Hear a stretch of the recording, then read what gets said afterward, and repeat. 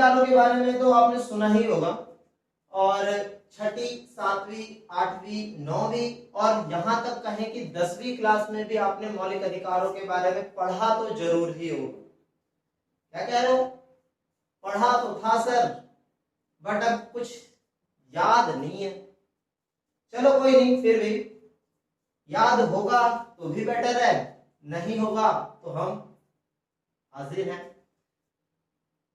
तो आप समझ ही गए होंगे कि हमने 11th क्लास की 11th क्लास को शुरू किया था, और 11th क्लास में जो सेकंड चैप्टर है वो है मूल अधिकार से संबंधित। तो स्टार्ट करते हैं चैप्टर नंबर 2, मूल अधिकार। हेलो फ्रेंड्स, मैं विकास आप सभी का स्वागत करता हूं। तो जैसे कि आपने सुन ही लिया है कि हम मौलिक अधिकार का अध्ययन करने जा रहे थे, तो देखते हैं कि क्या है मौलिक अधिकार, उसमें कौन कौन से हमें अधिकार प्राप्त है, कितने अधिकार प्राप्त हैं। तो स्टार्ट करते हैं चैप्टर नंबर 2, मूल अधिकार। संविधान के भाग 3 में, ध्यान देना, संविधान के कौन से भाग में? भाग 3 में अनुच्छेद 12 से 35, कहां से कहां तक? अनुच्छेद 12 से 35 तक मूल अधिकारों का विवरण है। मतलब संविधान में अनुच्छेद आर्टिकल 12 से लेके आर्टिकल 35 तक।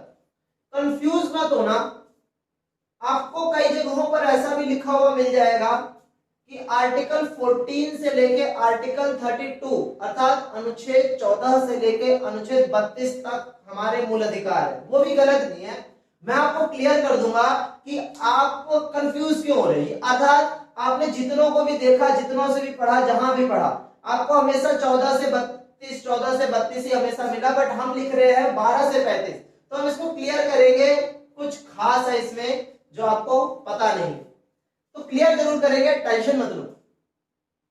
अनुच्छेद 12 से 35 तक मूल अधिकारों का विवरण है। इस संबंध में संविधान निर्माता अमेरिकी संविधान से प्रभावित थे।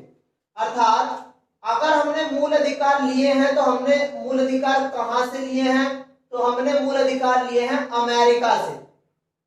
किससे लिए हैं? अमेरिका से ये मूल अधिकार हमने लिए हैं। आगे, संविधान के भाग 3 को भारत का मैग्ना कार्टा की संज्ञा दी गई है। किसकी संज्ञा दी गई है? मैग्ना कार्टा की संज्ञा दी गई है। कोई मुझे कमेंट बॉक्स में बताना कि ये मैग्ना कार्टा क्या है। देखते हैं कौन सही बताता है। आगे, मैग्ना कार्टा की संज्ञा दी जो सर्वदा उचित है।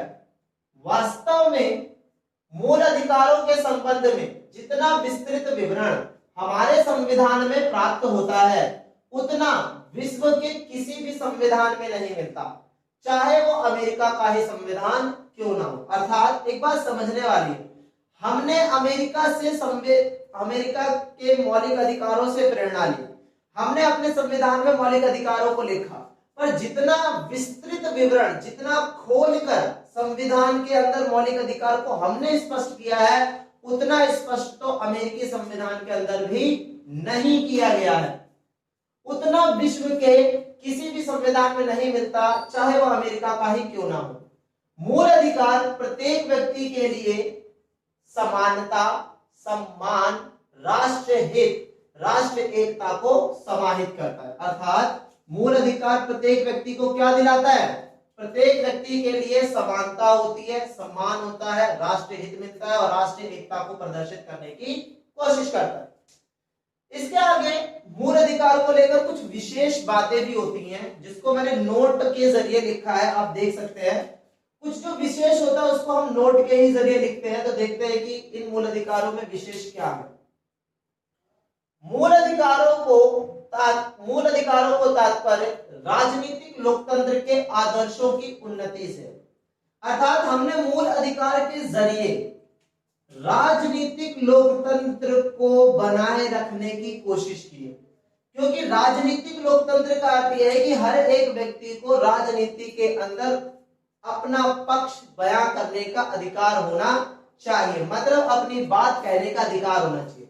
तो मूलतः अगर देखा जाए तो हमने मौलिक अधिकार को राजनीतिक, ताकि हर एक जनता ये मान सके कि हमारे देश के अंदर जनता प्रमुख रूप से शासन कर रही है, सिर्फ कागजों में शासन नहीं कर रही है। अर्थात ऐसा नहीं है हमारे देश में कि लोकतंत्र सिर्फ संविधानों में लिख दिया है, जमीनी तौर पर दिखाई नहीं देता, ऐसा कुछ भी नहीं है। हमारे देश में मौलिक अधिकार एक ऐसे तत्व है जो लोकतंत्र की व्याख्या राजनीतिक स्तर पर करती है कि व्यक्ति दर व्यक्ति राजनीतिक लोकतंत्र का इस्तेमाल होता है। कैसे? जैसे हम वोट दे सकते हैं, पार्टियां बना सकते हैं, कहीं पर भी सम्मेलन कर सकते हैं, विचार प्रस्तुत कर सकते हैं, ठीक है। तो ये सारे तरीके हैं कि हमारे देश में जनता का हर एक व्यक्ति क्या कर सकता है, अपने राजनीतिक लोकतंत्र को जिंदा रख सकता है, सिर्फ किसके जरिए? मौलिक अधिकारों के जरिए। आगे देखते हैं, मूल अधिकारों को यह नाम इसलिए दिया गया क्योंकि इन्हें संविधान द्वारा गारंटी एवं सुरक्षा प्रदान की गई है। यह नाम इसको क्यों दिया गया है? क्योंकि इन्हें संविधान द्वारा गारंटी एवं सुरक्षा प्रदान की गई है। मूल अधिकार मतलब क्या? मौलिक अधिकार मतलब क्या?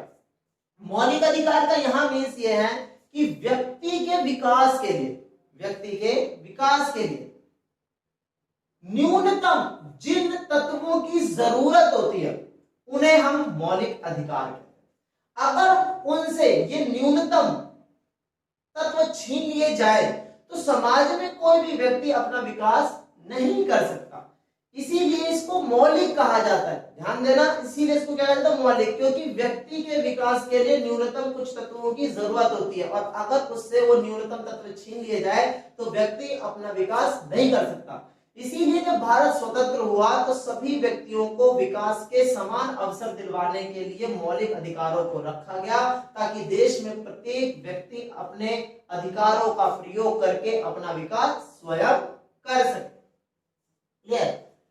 जो राष्ट्र के कानून का मूल सिद्धांत, किसी भी राष्ट्र के मूल सिद्धांत क्या होते हैं कि संविधान के अंदर यह बात वर्णित हो कि देश की जनता सुरक्षित होगी, उनको गारंटी मिलेगी कि वे लोग अपना विकास कर पाएंगे, समानता, स्वतंत्रता सब कुछ मिलेगी। यह मूल इसलिए भी है क्योंकि ये व्यक्ति के चहुमुखी विकास के लिए जरूरत है। अर्थात मौलिक अधिकार व्यक्ति का केवल एक जरिए से विकास नहीं करता, मौलिक अधिकार व्यक्ति का चहुमुखी विकास करता है। चहुमुखी मतलब चारों तरफ से विकास करता है। क्या करता है? चारों तरफ से, कोई एक क्षेत्र को सोचकर नहीं। क्लियर? अगर हम बात करें कि हमारे संविधान में कितने अधिकार हैं, तो हमारे संविधान में 7 मूल अधिकार हुआ करते थे। हाँ, पहले हमारे पास 7 अधिकार हुआ करते थे, बस आज वर्तमान समय में हमारे पास 6 अधिकार है। वह एक अधिकार कौन सा है जो हमसे छीन लिया गया है या फिर उसमें बहुत ज्यादा सीमाएं लगाई गई हैं? तो देखते हैं कौन सा अधिकार है वो। पहला अधिकार क्या है? समता का अधिकार। समता को समानता भी कहते हैं, कंफ्यूज मत होना। समता का अधिकार अनुच्छेद 14 से लेकर अनुच्छेद 18 तक है। दूसरा स्वतंत्रता का अधिकार जो अनुच्छेद 19 से लेकर 22 तक है। तीसरा है शोषण के विरुद्ध अधिकार जो अनुच्छेद 23 से लेकर 24 तक है। चौथा है धर्म की स्वतंत्रता का अधिकार अनुच्छेद 25 से लेकर 28 तक है। पांचवा है संस्कृति और शिक्षा संबंधी अधिकार अनुच्छेद 29 और 30 में है। और 6th है संपत्ति का अधिकार। 7th है संवैधानिक उपचारों का अधिकार अनुच्छेद 32।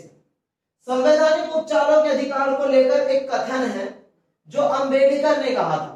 अंबेडकर ने इस अधिकार को यह कह दिया था कि यह संविधान की मूल आत्मा है, अधिकारों की मूल आत्मा है, और अगर यही किसी से छीन लिया जाए तो जिस तरीके से मनुष्य के शरीर से आत्मा जाने के बाद शरीर निष्क्रिय हो जाता है, मतलब उसमें कोई काम नहीं रह जाता, वैसे ही अगर संविधान से संवैधानिक उपचारों का अधिकार हटा दिया जाए तो उस संविधान का भी कोई कार्य नहीं है। इतनी बड़ी बात बोली, पढ़ेंगे, टेंशन मतलब पढ़ेंगे कि ऐसा इसमें क्या है। कुछ विशेष फिर से, हालांकि संपत्ति के अधिकार को 44 में मैंने कुछ कहा था ना कि हमारे पास पहले तो 7 थे बट अब तो 6 हैं, तो वो कौन सा अधिकार हटा दिया गया है? संपत्ति का अधिकार। हटाया नहीं है कहने का मतलब पहले ये हमारा मौलिक अधिकार हुआ करता था, अब बस ये कानूनी अधिकार है। हम देखेंगे चैप्टर के अंदर, देखेंगे जब बिल्कुल खोल के डिस्क्राइब करके पढ़ना है, ये नहीं कि छोटा छोटा बता दिया बस हो गया, पूरा डिस्क्राइब करके पढ़ेंगे, भले ही 10 से 12 मिनट हो जाए, 20 मिनट हो जाए, पर फुल्ली डिस्क्राइब करके पढ़ेंगे, टेंशन मत लो। हालांकि संपत्ति के अधिकार को 44वें संविधान संशोधन अधिनियम 1978 के द्वारा 1978 और कौन सा संशोधन, 44 संविधान संशोधन के द्वारा मूल अधिकारों की सूची से हटा दिया गया। इसे संविधान के भाग 12 में, कौन से भाग में, भाग 12 में अनुच्छेद 300 का, कौन, अनुच्छेद 300 का के तहत कानूनी अधिकार बना दिया गया। मतलब बस यही है कि पहले ये हमारा मूल अधिकार हुआ करता था और अब ये हमारा कानूनी अधिकार है, बस इतना सा अंतर है। अर्थात पहले अगर आपसे कोई संपत्ति लेता तो आप जाके केस कर सकते थे, बट अगर अब सरकार आपसे संपत्ति लेती है तो बस आपको मुआवजा दिया जाएगा उस संपत्ति का, और आप ज्यादा अधिकारों का प्रयोग कर नहीं सकते। इस तरह से नागरिकों के पास फिलहाल 6 अधिकार बच गए। कितने अधिकार बच गए? नागरिकों के पास 6 ही अधिकार। इस तरीके से हमने आज मौलिक अधिकार का इंट्रो समझा कि आखिरकार मौलिक अधिकार कहां से लिए गए, कौन से अनुच्छेद हैं, कितने से कितने अनुच्छेद तक कौन सा अधिकार है, कितने अधिकार है, कौन 7 में से 1 हट गया है, 6 हो गए हैं, तो वो कौन सा अधिकार हट गया है, उन सब चीजों को हमने पढ़ा। अब इसके बाद हम क्या करेंगे, ये जो अधिकार 7 अधिकार है, हालांकि घट चुका है, बट हम उसका भी अध्ययन करेंगे, एक एक करके अध्ययन करेंगे। और मैंने जिस आपसे कहा कि फुल्ली डिस्क्राइब करके पढ़ेंगे, ऐसा नहीं कि सीमित करके बस मैंने आपको आया छोटे से तुम्हें बता दिया हो गया, नहीं, फुल्ली डिस्क्राइब करके पढ़ेंगे। तो हम आज की वीडियो को यहीं समाप्त करते हैं, और ध्यान रहे कि आने वाली जो वीडियो होंगी उसको जरूर अपीयर करना, जरूर देखना, क्योंकि एक एक अधिकार को अगर आप समझ गए तो आप सिर्फ 11वीं की क्लास में नहीं, आने वाली जो क्लासेस होती है, ग्रेजुएशन की भी क्लासेस होती है, उसमें भी आपको ये वर्क देगा, उसमें भी आपको ये हेल्प रहेगा। तो इसी तरीके से आज की वीडियो को हम समाप्त करते हैं। सभी को टाटा बाय बाय, और मिलते हैं नेक्स्ट वीडियो सेशन में।